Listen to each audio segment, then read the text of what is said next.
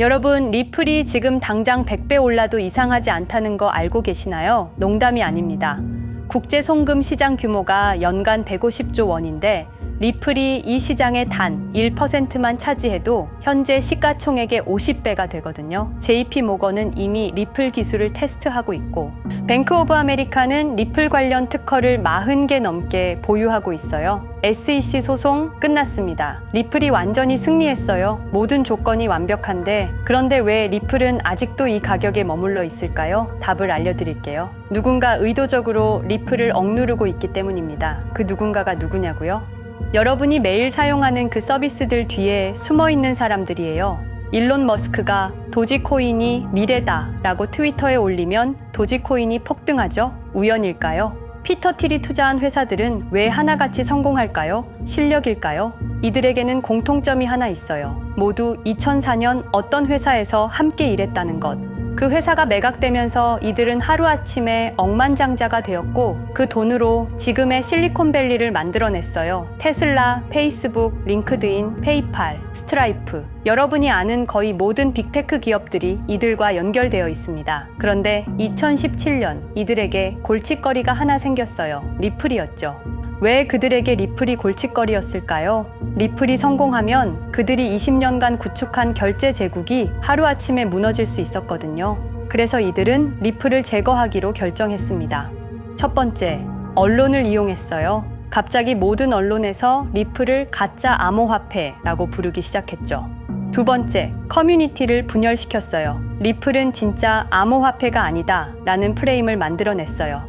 세 번째, 규제를 이용했어요. SEC 소송이 바로 그 결과물이었죠. 모든 게 너무 치밀하고 조직적이었어요. 하지만 여기서 끝이 아닙니다. 이들은 리플을 억누르는 동안 다른 한편으로는 비트코인을 키우고 있었어요. 왜일까요? 비트코인은 그들이 통제할 수 있는 암호화폐였거든요. 코인베이스는 이들이 투자한 거래소입니다. 비트코인 ETF 또한 이들이 만든 상품이죠. 비트코인이 디지털 골드가 된 것도 이들의 마케팅 덕분입니다. 결국 암호화폐 시장 전체가 이들의 계획대로 흘러간 겁니다. 그런데 지금 뭔가 바뀌고 있습니다. 리플이 SEC 소송에서 승리하면서 그들의 계획에 균열이 생기기 시작했거든요. 더 이상 과거처럼 리플을 억누를 수가 없게 되었습니다. 그래서 지금 리플 가격이 서서히 올라가기 시작한 겁니다. 하지만 이들이 쉽게 포기할 것 같습니까? 절대 아닙니다. 지금도 새로운 방법을 찾고 있을 겁니다. 리플의 성장을 막을 수 있는. 그렇다면 우리는 어떻게 해야 할까요? 적을 알아야 합니다. 그들이 누구인지, 어떤 수법을 쓰는지, 그리고 다음에는 뭘 할 것인지 오늘 그 모든 걸 파헤쳐 보겠습니다. 과연 누가 리플을 이렇게 만들었는지, 그리고 우리는 어떻게 대응해야 하는지. 2020년 12월 22일 단 하루 만에 리플은 암살당했습니다. 여러분, 제가 오늘 들려드릴 이야기는 단순한 투자 실패담이 아닙니다. 이것은 21세기 가장 정교한 금융 암살 사건에 관한 이야기입니다. 2020년 12월 22일 오후 우리가 투자했던 리플이 하루아침에 반토막이 났습니다. 당시 리플은 63% 급락했습니다. 마치 은퇴 자금이 하루아침에 반토막 나는 것과 같은 생존 본능을 자극하는 충격이었습니다. 그때 리플에 투자하셨던 분들이라면 누구나 기억하실 겁니다. 누군가는 그날 하루 만에 수천만 원을 잃었고 어떤 이는 수억이 사라지는 걸 그저 눈 뜨고 지켜볼 수밖에 없었습니다. 그리고 그날부터 진짜 전쟁이 시작됐습니다. 그때는 우리가 잘못 판단한 줄 알았습니다. 하지만 5년간 추적한 결과 알아낸 진실은 이것은 우연이 아니었습니다. 누군가 치밀하게 계획한 암살이었습니다. 먼저 왜 누군가가 리플을 없애려 했는지 이해해야 합니다. 스위프트라는 시스템을 아시나요? 현재 200여 개국 11,000개의 금융기관이 사용하는 글로벌 송금 네트워크입니다. 벨기에에 본부를 두고 있지만 실질적으로는 미국이 완전히 통제하고 있습니다. 스위프트가 왜 무서운 권력이라고 말을 하냐면요. 2012년 이란 핵제재 때 이란 은행들을 스위프트에서 완전 퇴출시켰습니다. 그 결과로 이란의 경제는 즉시 붕괴가 됐죠. 그리고 2022년 러시아의 우크라이나 침공 후 러시아 주요 은행들도 스위프트에서 퇴출됐는데 그 직후 바로 러시아의 루블화는 30% 이상 폭락했습니다. 즉, 스위프트에서 쫓겨나면 그 나라는 국제거래에서 완전히 고립됩니다. 그런데 리플은 이 모든 것을 우회할 수 있었습니다. 며칠 걸리던 송금이 리플에선 5초면 끝났습니다. 기존엔 몇만 원씩 들던 수수료가 1원도 안 들었습니다. 거기다가 중개은행까지 불필요했습니다. 그리하여 2017년 리플의 위력이 증명되었습니다. 일본 SBI 그룹, 뱅크 오브 아메리카, 산탄데르 은행 등 200개 이상 금융기관이 리플 파트너십을 검토했습니다. 연간 200조 원 규모의 국제 송금 시장에서 리플이 스위프트를 완전히 대체할 수 있다는 것이 증명된 순간, 바로 이때 누군가에게는 생존 위기가 된 것입니다. 리플은 단순한 암호화폐가 아니었습니다. 리플은 미국이 전 세계를 통제하는 금융무기인 스위프트에 대한 직접적인 도전이었습니다. 스위프트는 돈의 흐름을 틀어쥔 지배의 손길이었습니다. 핵보다 강한 권력, 바로 통화망입니다. 리플 사건을 파헤치다 보니 소름 끼치는 단서들이 발견되기 시작했습니다. 첫 번째 단서, 완벽한 타이밍의 미스터리. 2020년 12월 22일의 타이밍을 분석해 보겠습니다. 12월 22일 오후 9시 30분, SEC 의장 제이 클레이튼은 임기 마지막 12시간을 남기고 전격적으로 리플에 대한 기소를 발표합니다. 그 다음 날인 12월 23일, 제이 클레이튼은 SEC 의장직에서 사임하죠. 충격적이게도 바로 다음 날, 제이 클레이튼은 월리버 에셋 매니지먼트라는 헤지펀드의 자문 역할로 합류하게 됩니다. 월리버 에셋 매니지먼트는 당시 리플과 라이벌 구도를 형성하고 있던 비트코인과 이더리움에 우리 돈 8천억이라는 거액을 투자한 회사였습니다. 그런데 클레이튼은 리플을 기소한 바로 다음 날 이 회사의 자문이 되었습니다. 두 번째 단서, 이더리움 특혜의 진실. 2018년 6월 14일, SEC 기업금융국장 윌리엄 힌먼의 충격적인 연설이 있었습니다. 현재 이더리움의 제공과 판매는 증권 거래가 아니라고 본다. 그런데 힌먼은 SEC에 오기 전 심슨 대처라는 로펌에서 근무했는데 이 로펌은 이더리움 엔터프라이즈 얼라이언스 멤버였습니다. 더욱이 SEC, 재직 중에도 해당 로펌으로부터 상당한 수입을 유지하고 있었습니다. 반면 리플은 리플 CEO가 직접 만나서 명확한 지위를 요청했지만 시간이 더 필요하다며 3년을 더 기다리게 했습니다. 세 번째 단서, 결정적 발견. 가장 충격적인 단서를 발견했습니다. 2020년 12월 22일 리플 기소 발표 직전에 누군가 대량의 리플 매도 주문을 넣었다는 정황이 포착되었습니다. 마치 미리 알고 있었다는 듯이 말입니다. 이 흔적들을 추적하던 중 예상치 못한 곳으로 연결되었습니다. 실리콘밸리였습니다. 은행이나 정부가 아니라 테크 기업들이었습니다. 그것도 우리가 혁신과 자유의 상징으로 알고 있던 바로 그 실리콘밸리 말입니다. 이 세 명의 인물, 이 세 개의 사건, 전혀 관련이 없어 보이지만 공통점이 하나 있습니다. 모두가 실리콘밸리 금융 네트워크와 직접 연결되어 있었다는 겁니다. 모든 흔적이 한 곳을 가리키고 있었습니다. 리플을 제거한 배후로 의심되는 세력들, 많은 단서들이 결국 이곳을 가리키고 있었습니다. 바로 페이팔 마피아라는 이름의 거대한 네트워크였습니다. 2002년 10월 3일 페이팔이 이베이에 매각되었습니다. 이때 페이팔을 퇴사한 50명 중 38명이 새로운 기업을 창업하거나 거대한 투자를 시작했습니다. 그들은 서로 관계를 꾸준히 유지하면서 창업한 기업에 서로 투자하고 때로는 동업하면서 상호 성장하는 거대한 네트워크를 만들어냈습니다. 2025년 현재는 우리나라의 GDP보다 큰 규모의 자산을 움직이는 네트워크가 되었습니다. 이제 그들은 기업가가 아닌 제국의 지배자가 되었습니다. AI, 국방, 금융, 심지어 법까지도 전부 그들의 손안에 들어왔습니다. 그중 핵심 인물이 바로 피터 틸인데요. 팔란티어를 창업한 사람입니다. 팔란티어는 CIA, FBI, 미 국방부 등의 정부기관에 데이터 시스템을 독점으로 공급하고 있습니다.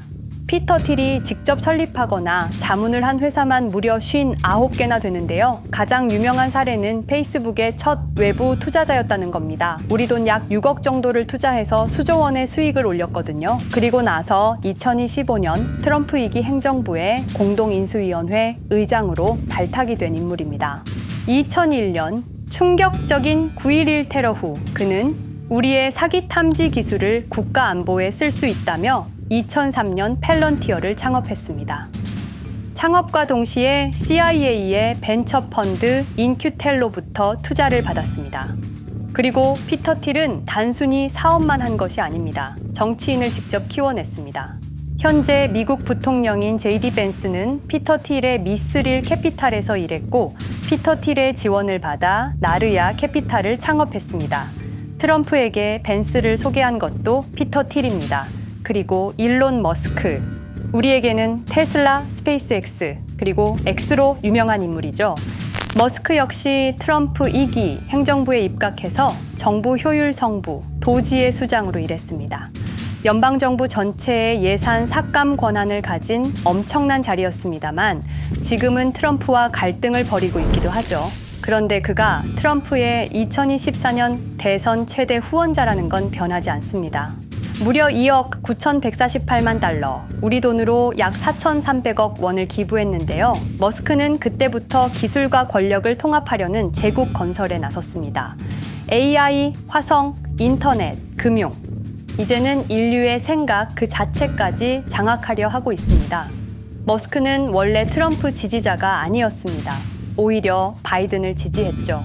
하지만 바이든 정부가 백악관 전기자동차 정상회담에서 GM과 포드는 초대하고 테슬라의 수장인 자신은 제외시키자 마음의 상처를 입은 머스크는 공화당 지지자로 돌아섰습니다. 그리고 머스크의 시장 조작 능력은 이미 입증되었습니다. 2021년 5월 환경 문제로 비트코인 결제 중단이라는 트윗 하나로 비트코인을 폭락시킨 후 뒤로는 더 싸게 매집했습니다. 그리고 데이비드 sak스, 현재 백악관 AI 및 암호화폐 차르로 있는 인물이죠. 모든 암호화폐 정책 최종 결정권을 가진 자리에도 페이팔 마피아가 장악한 겁니다. 마지막으로 제드 맥켈럽, 우리에게는 리플의 배신자로 알려진 인물인데요. 아시는 것처럼 리플 공동 창업자였지만 리플을 나와서 스텔라루멘을 출시한 사람입니다. 2013년 리플 퇴사 후 90억 개의 리플을 보유한 상태로 갈등을 벌이다가 결국 2022년 7월까지 리플을 완전 매도해서 4조 2천억의 천문학적인 수익을 올렸습니다. 자, 그런데 여기서 기묘한 커넥션이 나오는데요. 2025년 6월 페이팔의 페이팔 USD가 스텔라루멘 체인으로 이전을 발표합니다. 그리고 SEC 의장 제이 클레이튼도 이들과 연결되어 있었습니다. 클레이튼이 리플 기소 후 바로 합류한 월리버 에셋 매니지먼트는 페이팔 마피아들이 투자한 회사였고 원래는 비트코인, 이더리움에 8천억 정도를 투자했다고 알려져 있었지만 올해 초 내부 기밀 문서가 유출되는 사건이 발생합니다. 그 문서에는 스텔라루멘에 700억 가량 투자했다는 사실과 피터 틸의 팔란티어 주식 1조 6천억 원어치 그리고 페이팔 USD에 대한 투자 내용도 있었습니다. 더욱 충격적인 건 리플 경쟁사들의 집중적인 투자를 이어오고 있었다는 겁니다. 이제 모든 퍼즐이 맞춰지는 느낌이죠. 페이팔 마피아의 리플 제거 작전을 시간 순으로 정리해보자면 1단계, 내부 침투. 제드 맥켈럽이 리플 공동 창업자로 참여해 핵심 기술을 습득한 후 2013년 의도적 갈등 조성 후 퇴사.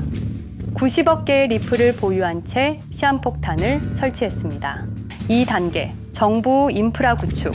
피터 틸의 펠런티어가 2003년 CIA 벤처 펀드 투자로 창업 후 2020년까지 주요 정부기관 핵심 시스템을 장악했습니다. 3단계, 경쟁사, 특혜 공작. 윌리엄 힌먼을 통해 2018년 6월 이더리움은 증권이 아니다 발언을 이끌어내면서 리플을 3년간 의도적으로 지연시켰습니다. 4단계, 마지막 일격. 제이 클레이튼이 임기 마지막 12시간 전에 리플을 기소한 후 다음 날 사임, 바로 그 다음 날 리플 경쟁사에 투자하는 회사의 자문으로 합류했습니다. 5단계 대체제 준비. 2023년 8월 페이팔 USD 스테이블 코인을 출시하고 2025년 6월 제드의 스텔라 블록체인으로 확장을 발표했습니다. 제드의 리플 매도 자금이 스텔라 개발에 투입되었습니다. 6단계 정치권 완전 장악. 데이비드 sak스가 모든 암호화폐 정책 최종 결정권을 일론 머스크가 정부 예산 삭감 권한을 피터 틸이 트럼프 인수위원회 공동의장직을 차지했습니다. 동시에 테크 기업들의 로비 활동도 급증했습니다. 메타는 2024년 역대 최고 금액인 2,443만 달러를 로비로 지출. 메타의 로비스트는 2016년 31명에서 2024년 65명으로 증가했는데요. 의원 8명당 로비스트 1명을 붙인 꼴입니다. 아마존은 의원 6명당 1명씩 담당 로비스트가 붙을 정도로 규모를 확대했고요. 7단계 경쟁 세력 완전 제거. 데이비드 sak스가 백악관 정책 담당자로 취임한 지 2주 만에 리플이 지난 수년간 워싱턴에 배치해 놓은 주요 로비스트들이 하루아침에 모두 축출되었습니다. 공식적인 이유는 이해관계 충돌이었지만 실제로는 경쟁 세력 제거 작전이었습니다. 이로써 리플을 대변할 수 있는 마지막 정치적 통로마저 완전히 차단되었습니다. 페이팔 마피아의 계획은 리플 공격이 끝이 아니었습니다. 현재 새로운 타겟을 노리고 있습니다. 그리고 그 타겟은 단순한 암호화폐가 아닙니다. 그건 머스크조차 경계할 수밖에 없는 존재, 통제 불가능한 AI 코인이었습니다. 리플에 대한 공격이 성공한 것처럼 보이지만 그들이 아직 해결하지 못한 하나의 문제가 남아 있습니다. 한 AI 코인이 일론 머스크의 테슬라 AI와 XAI를 위협할 수 있는 기술력을 가지고 있다는 것입니다. 그래서 전략이 바뀌었습니다. 죽일 수 없으면 소유하자. 머스크가 이 코인을 경계하는 증거들이 몇 가지 있는데요. 지난 6개월간 머스크의 행동 변화가 포착되었습니다. XAI에 대한 급격한 추가 투자 발표가 이어졌고 테슬라 AI 개발 속도를 급격히 가속화시키고 있습니다. 그리고 특정 AI 기술에 대한 부정적 언급이 증가하고 있는데요. 이 AI 코인은 현재 진짜 AGI 구현이 가능한 탈중앙화 AI 네트워크를 구축하고 있고 초당 수십억 단위의 연산을 처리할 수 있는 진짜 분산형 뉴럴 네트워크 기반입니다. 수백만 개의 노드가 연결된 분산 뉴럴 네트워크, 테슬라도 메타도 이 기술만큼은 아직 구현하지 못했습니다. 현재 기술로는 단 하나뿐입니다. 그러나 시가총액은 테슬라의 500분의 1 수준으로 그들이 매집을 멈추지 않는 이유입니다. 2025년 초, 이 코인의 공식 계정이 X 플랫폼에서 노출 차단된 정황이 포착됐습니다. 광고 계정도 중지됐고 해당 코인에 대한 설명 영상들도 순식간에 사라졌습니다. 이유는 머스크의 경쟁이 될 수 있는 유일한 AI였기 때문입니다. AI는 이제 권력을 쥐는 자가 인류의 사고를 설계할 수 있는 시대의 열쇠입니다. 머스크가 이 코인을 완전히 소유하게 되면 그의 AI 제국은 완성될지도 모르겠습니다. 하지만 문제가 있습니다. 그들은 이 AI 코인을 죽이지 않았습니다. 그 대신 가격을 철저히 짓눌렀습니다. 검색에서는 사라졌고 알고리즘은 배제했습니다. 누군가는 관심 없는 프로젝트라고 말합니다. 하지만 진실은 정반대입니다. 지금도 머스크와 페이팔 마피아의 자금이 그 코인으로 조용히 흘러 들어가고 있습니다. 가격이 낮은 건 무가치해서가 아니라 그들이 싸게 사고 있기 때문입니다. 그런데 이 AI 코인의 정체를 여기 유튜브에서 공개하려 했지만 치명적인 문제를 발견했습니다. 2005년 페이팔의 웹 디자이너와 개발자들이 동영상 공유 서비스를 만들었는데 그게 바로 지금 여러분이 보고 계시는 유튜브입니다. 체드 헐리, 스티브 첸, 자베드 카림, 유튜브 창립자들도 모두 페이팔 출신입니다. 게다가 일론 머스크는 현재 X를 소유하고 있습니다. 이러한 플랫폼들에서 그들의 AI 제국을 방해하는 정보를 공개하면 검열당할 위험이 있습니다. 그런데 제가 이 코인의 정체를 세상에 폭로한 게 이번이 처음이 아닙니다. 어떤 이유에선지 그 영상은 삭제되었고 이후 채널도 더는 운영할 수 없게 되었습니다. 커뮤니티 가이드라인을 위반한 적은 없었지만 불편한 진실이 다뤄질 때마다 이런 일이 반복됐습니다. 이건 단지 투자 종목 하나를 공유하는 문제가 아닙니다. 이건 우리가 감시와 통제에 맞서 싸울 수 있는 유일한 기회입니다. 영상의 댓글란에 저항이라고 두 글자를 남겨주시고 010-5528-2156 이 번호로 저항 두 글자만 문자로 보내주세요. 그럼 당신은 지금 머스크가 검열하고 페이팔 마피아가 조용히 매집 중인 그 AI 코인의 정체를 가장 먼저 알게 될 것입니다. 우리는 지금 역사의 분수령을 지나고 있습니다. 진정한 탈중앙화 금융이 실현될 뻔했지만 페이팔 마피아의 방해로 더 강력하고 교묘한 지배자들이 통제하는 세상이 오고 있습니다. 페이팔 마피아가 완성하려는 새로운 세계는 팔란티어를 통해 모든 거래를 실시간으로 감시하고 페이팔의 페이팔 USD를 통해 정부 마음대로 계좌를 동결시킬 수도 있고 차세대 스위프트를 통해 우리의 거래를 통제하고 AI 기술 독점을 통해 인류의 사고방식마저 장악하려는 겁니다. 하지만 완전히 포기하기엔 너무 이릅니다.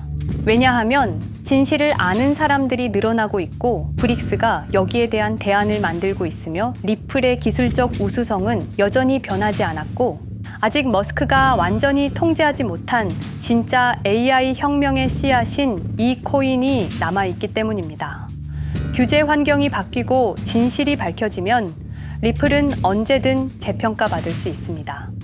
리플 홀더들이 당한 것은 개인 투자 실패가 아니었습니다. 이것은 21세기 금융 권력 투쟁에서 일어난 결정적 전투였습니다. 리플은 비록 일시적으로 억압받고 있지만 진정한 탈중앙화 기술은 결코 사라지지 않습니다. 하지만 이 전쟁은 아직 끝나지 않았습니다. 우리가 아무것도 하지 않으면 그들은 모든 것을 가져갈 겁니다. 머스크와 페이팔 마피아는 이 시대 최고의 지배자들입니다. 하지만 그들도 막지 못하는 단 하나가 있습니다. 바로 진실을 알아버린 개인들입니다. 우리는 지금 그들에 맞설 수 있는 거의 유일한 순간에 서 있습니다. 한 통의 문자, 그것은 단순한 신호가 아닙니다. 지금 움직이는 자만이 미래를 차지할 수 있습니다. 지금까지 이 긴 이야기를 들어주셔서 감사합니다. 제가 말씀드린 모든 것들은 사실을 기반으로 하며 대부분 공개된 기록들입니다. 기억하십시오. 우리가 침묵하는 순간 그들의 승리는 완성됩니다. 리플은 억압받았지만 그 정신은 살아남았습니다. 그리고 언젠가 진짜 자유로운 AI가 세상에 다시 등장할 그날까지 우리는 싸움을 멈추지 않을 것입니다. 010-5528-2156 이 번호로 저항 두 글자만 문자 보내주세요. 이 정보는 지금 공개적으로 전할 수 없습니다. 저항이라는 신호를 보내주신 분들께 제가 직접 확인 후 순차적으로 보내드리겠습니다. 당신의 작은 선택이 우리 모두의 미래를 바꿀 수 있습니다. 지금이 바로 우리가 다시 시작할 순간입니다. 저항에 동참해주세요.